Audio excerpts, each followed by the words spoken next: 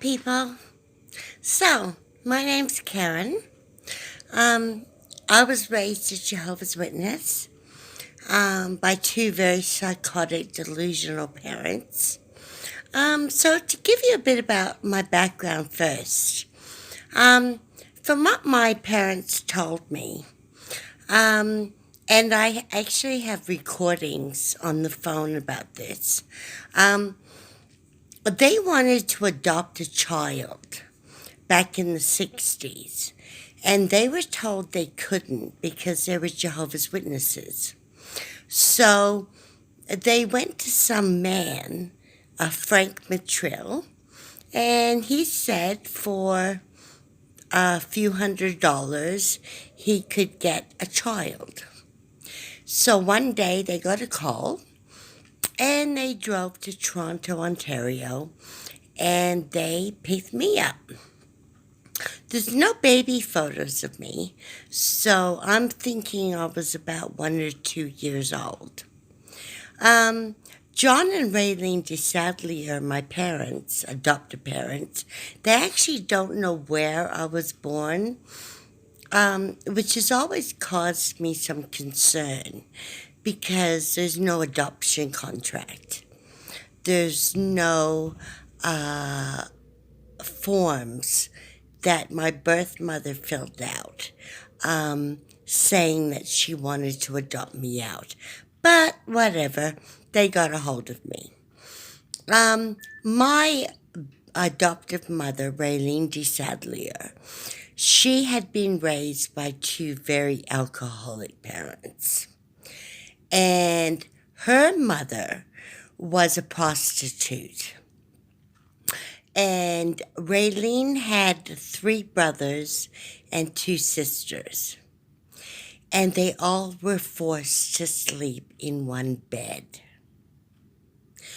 So you can imagine three older teenage boys with three younger sisters in one bed.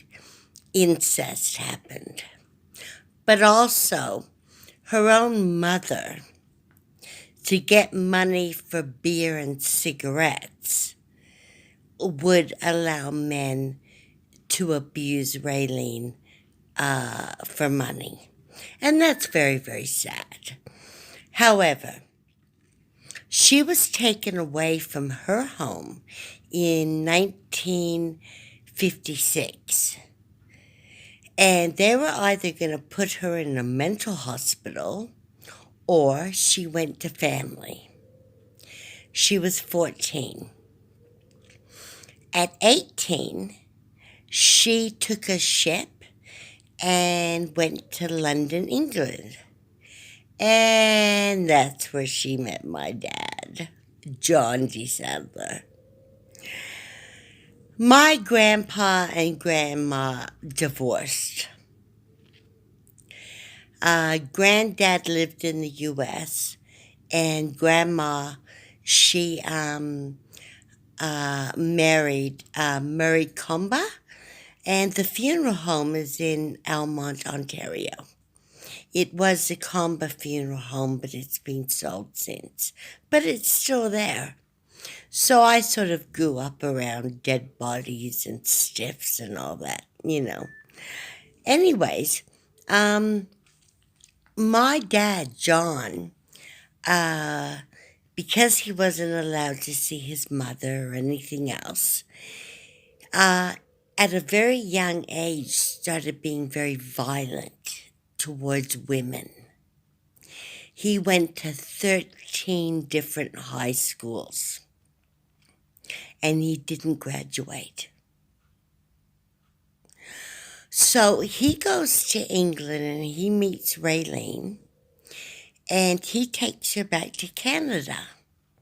She'd never seen snow. And by that time, he had been introduced to Shirley and Ron Masterson, who were Jehovah's Witnesses on holiday in London, England. and John wants to study. He thinks he's found his family, finally. So, as John and Raylene have said all their lives, what happened was John wanted to go to the Kingdom Hall, and he wanted to go to a meeting. Raylene, Mom, she didn't want to join the Jehovah's Witnesses. No.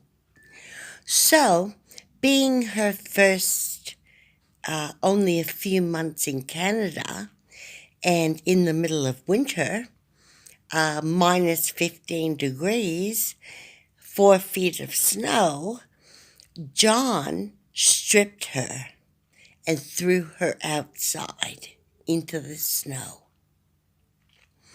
And he said that either you join the Jehovah's Witnesses and get everlasting life,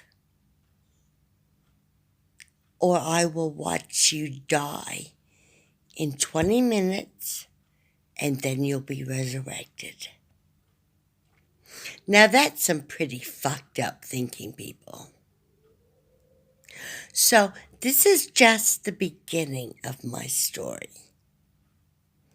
This is John D. Sadlier, who I call Jim Jones, and his delusional, bitter, sociopathic wife, Raylene. And what's to come is how they got me, and then what they did to me. Stay tuned, folks. Peace, y'all.